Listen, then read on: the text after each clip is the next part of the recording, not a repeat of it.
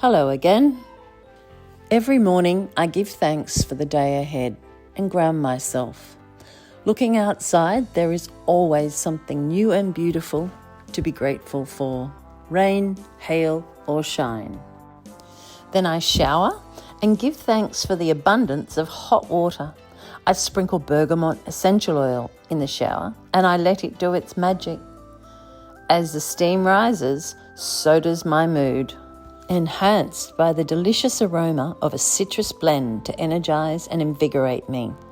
DoTERRA is my favourite brand of essential oils, and I have quite an abundance of them. And I have my daily mullein tincture from Australian medicinal herbs, which clears my airways.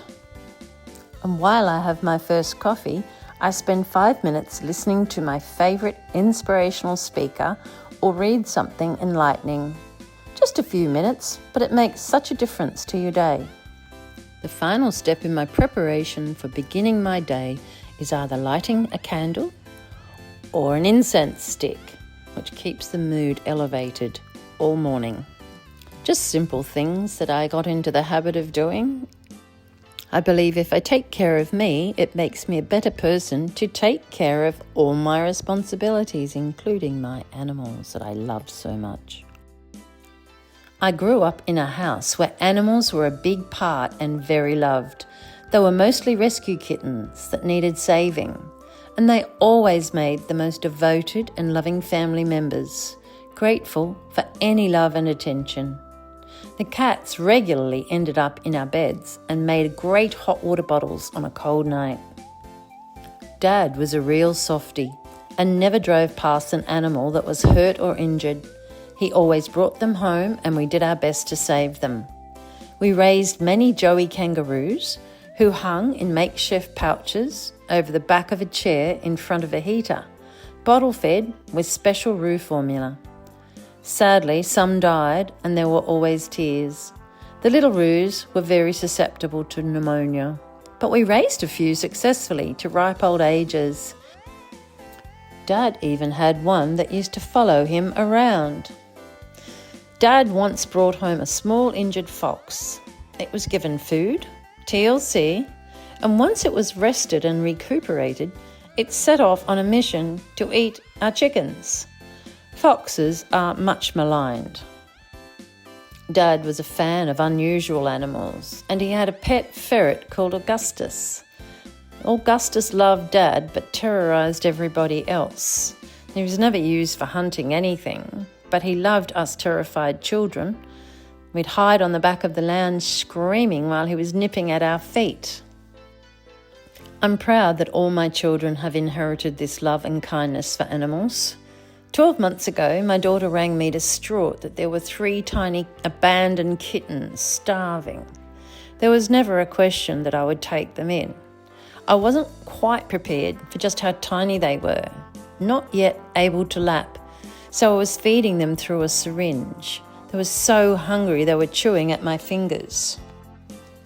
They grew and thrived in my spare room, with all the love, attention and toys that adorable kittens deserve, and that was with happy tears I said goodbye to 2 of them, glad that they had found their own new homes and new people.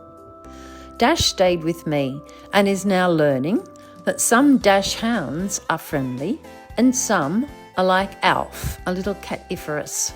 Discernment is required, and the ability to jump high on furniture is also a prerequisite. I had decided that after 30 years of breeding and showing various breeds of dogs, that after the last one went, I would not get another. I didn't want anything that depended on me. Enter Friedrich, the patriarch and Brad Pitt of the dachshund world. I was front row and centre at a bull sale when along came a tiny little old dachshund who sat on my foot. Naturally, I collected her and raised her to my lap, where she sat until the owner noticed. The owner must have had an evil thought because she invited me to inspect her 6-week-old puppies. Come in, Spinner.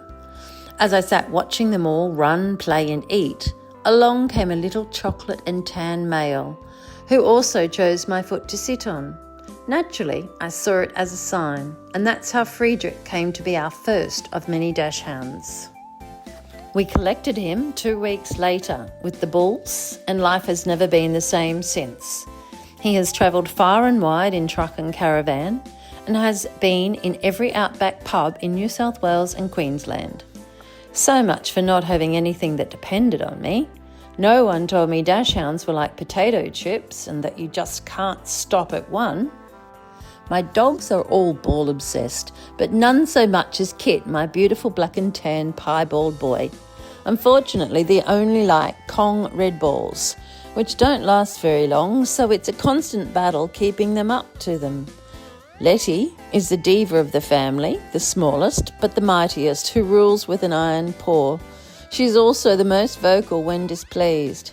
Summer and Beth are Letty's daughters, litter sisters who produced some beautiful babies last year. Sophie is the baby of the family, also a Letty daughter, from her second and last litter. Sophie is full of sparkle and magic, a delightful little being with her mum's temperament.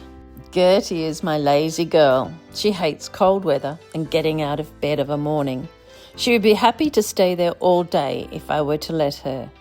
Thankfully, they all have wonderful temporary homes to go to while I'm away. Our property has an unusual array of bird life.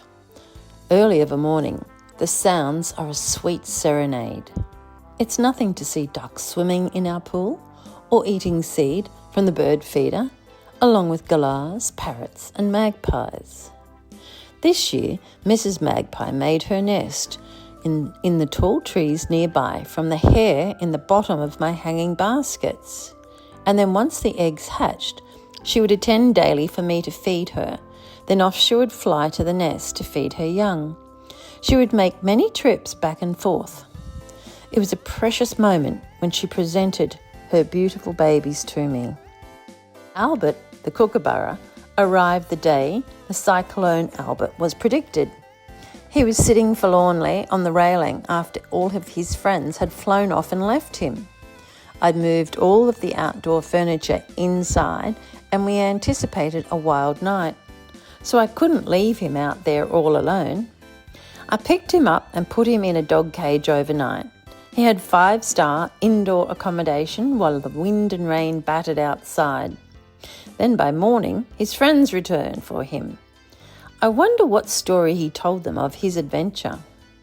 We have a lot of kookaburras now, and they all demand attention and feeding.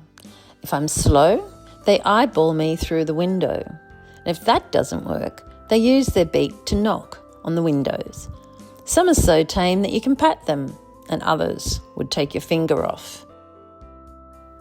Outside the dog-proof fence are many kangaroos and wallabies. They love to make the dogs bark, but they know they are safe as the dogs can't get out. And I love watching them with their babies in their pouches, especially just on dark when they come out to feed. This really is a magical place to live, if only it wasn't so hot.